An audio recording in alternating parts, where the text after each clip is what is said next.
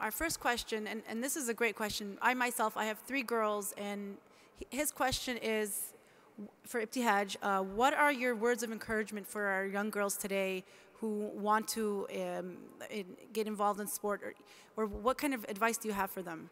You know, one of, I think, the challenges for all the parents in the room, I think it's most important that you know, be a springboard for your children, especially our daughters, and to encourage them, you know, to follow their dreams. You encourage them to, you know, be outside of what we're used to. I know that in some of our communities we don't exercise, you know, we don't work out, and that I think it goes against everything that I know, you know, to be true as a Muslim. You know, our bodies are very important and we should take care of them.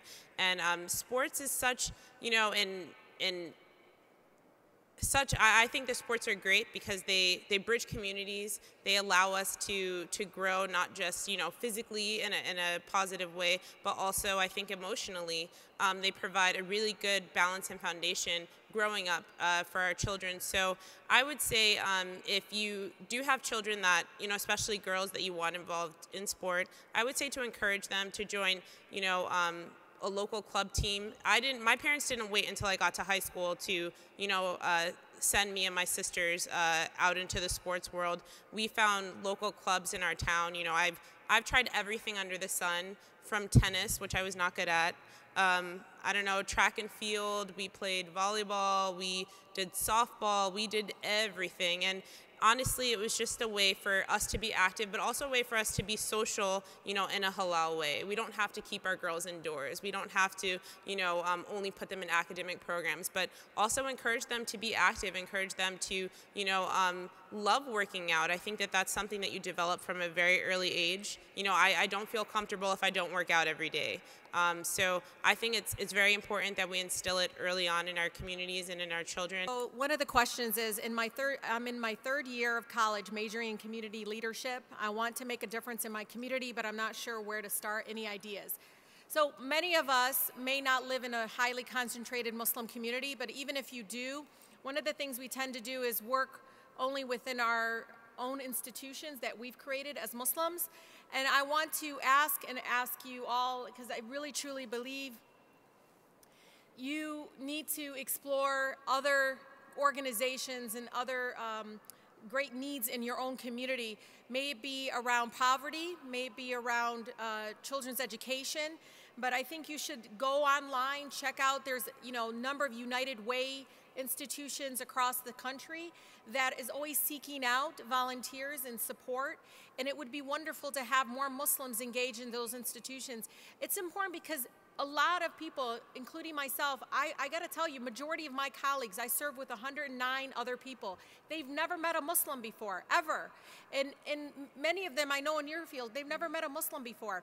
And I think even as women, we tend to also, people tend to get more comfortable in asking those really questions that they may think is so-called stupid, but they're not. They're important questions that need to be answered. And so as a third year in college, I mean, even your own university has different institutions and different groups that you can get involved in and help serve the community you live in. Okay. What if our own community, this is another question, what if our own community doesn't support us getting involved politically? Trust me, that's an issue in the Latino community, the African American community, and a number of other communities. I've heard it everywhere. I've heard African Americans tell me, why should I vote? It doesn't count. I've heard Latinos say they don't care about us, they haven't done anything for us, the political leaders, why should we even bother getting involved? And there's always going to be that tension between whether or not getting involved politically. And by the way, I'm a public servant. I don't see myself, honest to God, I don't see myself as some sort of, you know, politician or whatever. I was a community activist before I got elected, and I continue to be a community activist in office. You can even Google me and you will see that some of the approaches that I have to public office is very uniquely different from any other elected official. And so you need to find your way and your niche into it. Trust me, it doesn't have to be a political candidate that you want to get involved in a campaign. It can be an issue. Say, for instance, a huge issue to you is education. Finding an organization that supports policies around education, supports policies around a number of things. Biggest issue for me right now in the city of Detroit is obviously crime. And so I'm constantly involved in the community relations groups at the Detroit Police Department, constantly engaged in how I can not only support my officers, but also support the communities that want more on-the-ground community policing. That's, an example. But I understand that you're going to get pushback. Everybody gets pushback in every community, but you need to push on, because if it's something you're passionate about and you feel like you can make a difference on, you should definitely do it. As a weightlifter, how do you balance modesty and opening doors for other hijabis? So I always have to constantly remind myself that everything that I do, I do it for Allah subhanahu wa ta'ala, and that's the same thing for me in sport. I'm always in search of a long sleeve exercise top. If you work out, I know you're out there, you probably do as well. Target has great ones. Inshallah, some of you may know that I have my own clothing line, luellashop.com, and inshallah we plan to move into sportswear. So you can check out our website in the next few months if you are looking for long sleeve things, because it is hard. I mean, a lot of women don't work out because they don't have modest clothes, to wear. A lot of women don't swim because they can't find modest clothes. But I think that if it's important to you, you can make it work. And also, the second part of the question is opening the door for other hijabis. I try to focus on, keeping my eye on the prize in a sense. I want to continue to, inshallah, be successful within my sport. And I think in doing that, you open the doors for other people. I think even just being present and doing something different and doing something out of the norm, you're being a source of encouragement, a source of inspiration for someone else who may not have had it.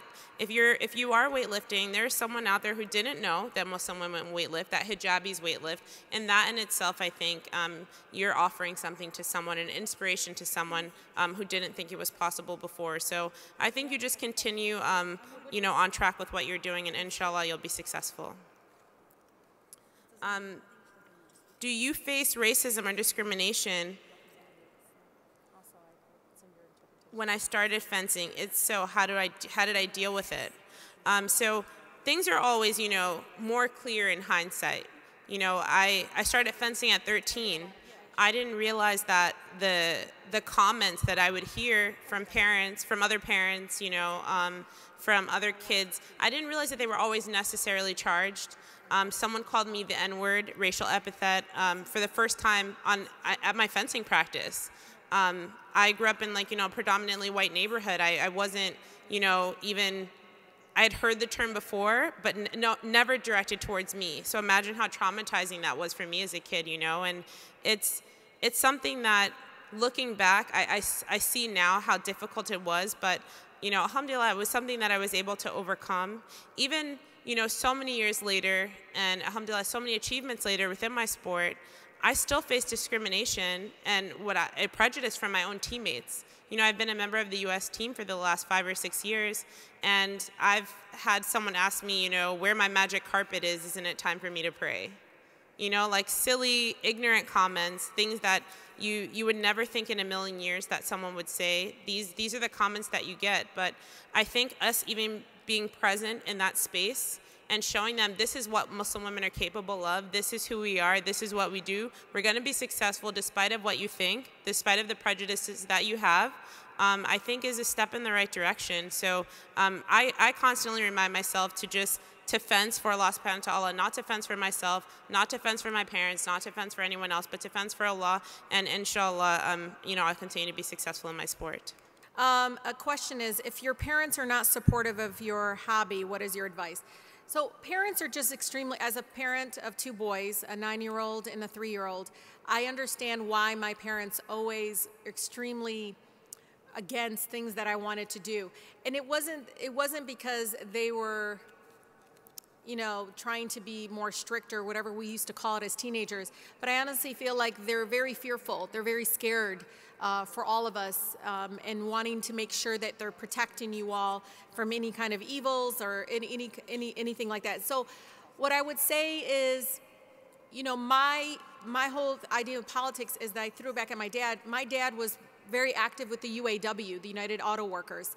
And I said, Baba, but you're the reason I'm so involved in politics, you know, watching you. I mean, we used to have the lawn sign of anybody that was a Democrat on our lawn, even if they weren't in our district. So I grew up a lot, you know, of course he's from Palestine too, so I grew up with knowing all the things going on with the Palestinian rights movement. I knew more about what was going on in Palestine than any other person, and I was actively involved, and it was because of my father's interaction. So try to have a conversation and understand the perspective of your parents, that they're just very fearful and they're scared for you. And so it's not like they're not being supportive, they're just very fearful. So just understand that. This is a question I get all the time. I don't wear the hijab. It's very obvious. Everybody's thinking it. Well, she doesn't wear the hijab. That's probably why she got elected. She looks Latino. She looks like she could be biracial. Trust me, everybody always tries to figure out what I am. I never hide what I am. I'm Palestinian American. I'm Muslima. And yes, wearing the hijab, because the question was, would it be impossible? It is not impossible. I have seen more women in the Michigan area get actively involved and work for members of Congress and so forth that wear the hijab. It is going to be harder, primarily because that's the first thing they will ask about when you're at the doors, going door to door. My sister who went door to door for me, my relatives who went door to door for me that wear the hijab, they would ask all the time about the hijab, the faith.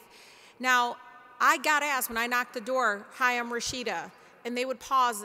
One woman actually did this to me. She paused and she opened the door and she didn't acknowledge me right away. She just goes, "Well, Jesus is the way."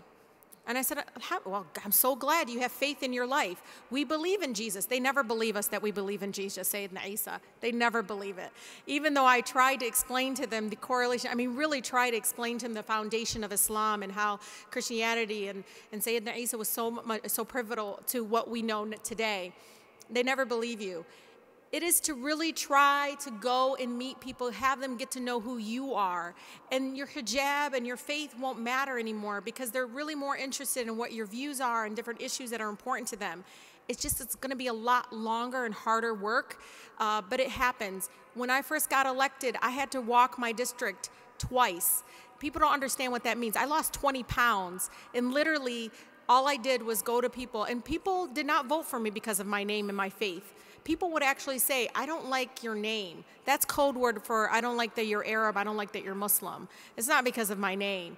And so know that as a woman that wears the hijab, you actually are going to get extra points up there. I'm telling you. If you really pursue a leadership role like this and try to seek public office, it would be a phenomenal thing for all of us in our community. Our next question is for Ibtihaj. Okay, this question, I'm just going to couple of questions in one.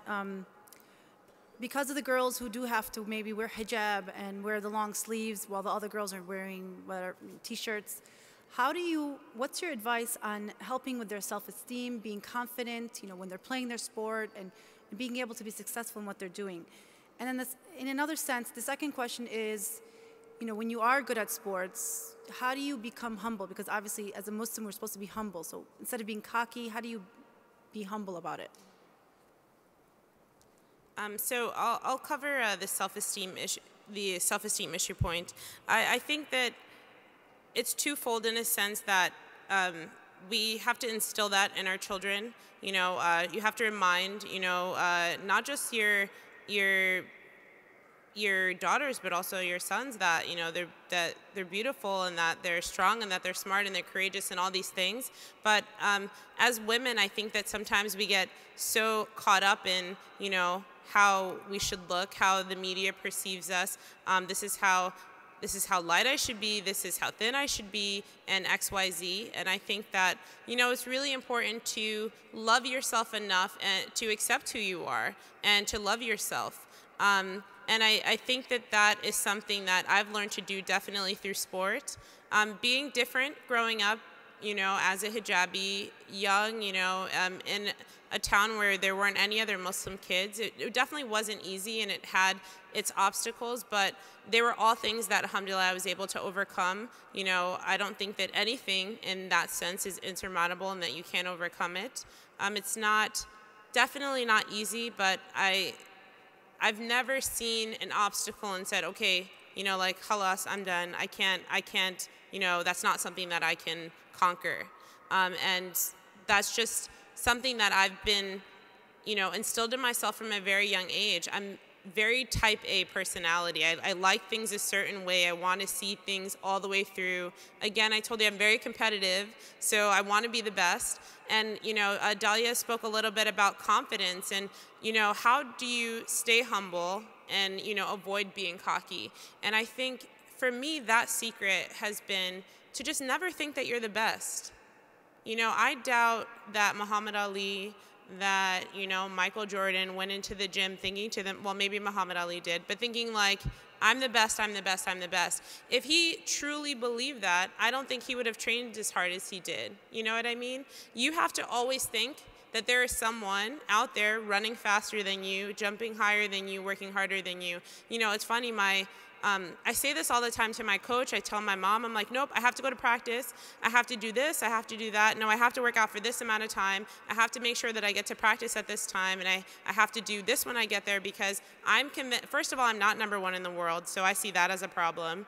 And that's something a goal that I have for myself. So it's like, thank you. It's like you want to get to that point. You want to be the best. And in order to get there, you have to make sure that you're working harder than the next person. And in my head, this #1 girl who happens to be from Ukraine, she doesn't even sleep in my head. She's like always fencing, always working out. And I'm like, okay, I need to do the same thing. I need to make sure I do what I can to, inshallah, be the best and put forth, my best athletic foot in a sense when I'm fencing. And I try to lead my life like that. I think that you really hurt yourself when you approach things with a mentality that you're the best and that you know everything and that you have everything covered. We have a lot to learn, and I think an open mind is the best one. This is interesting. In doing your job, what is the #1 tip that you remind yourself? How do you manage to live a productive Muslim lifestyle in the political scene? My family. My husband Fayez is here with my son Adam and Yusuf, and they keep me grounded. Even during all the different kinds of struggles that I have in the legislature from the different kinds of issues that proceed, I get to go home, and I'm not a state representative, nothing. I'm Rashida, I'm a Muslim, I'm a Palestinian. I'm with my family all the time, and they remind me of who I am and where my ancestors came from and why I have to do what I have to do. And I feel like in many ways this is a calling from Allah.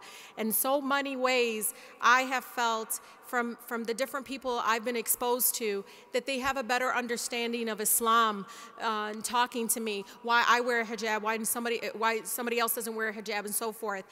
And it really is a magnificent experience because people in America are so hungry for knowledge about Islam and hungry from getting it from someone they might work with or see every day. And so we need to provide that access to our neighbors and to our community. And I love the fact that, when people say that, I think some people were saying 80% of the people that are serving in the legislature have never met a Muslim or been exposed to Muslim. Well, I took care of the Michigan legislature. We have to take care of the other legislatures across the country. So thank you so much.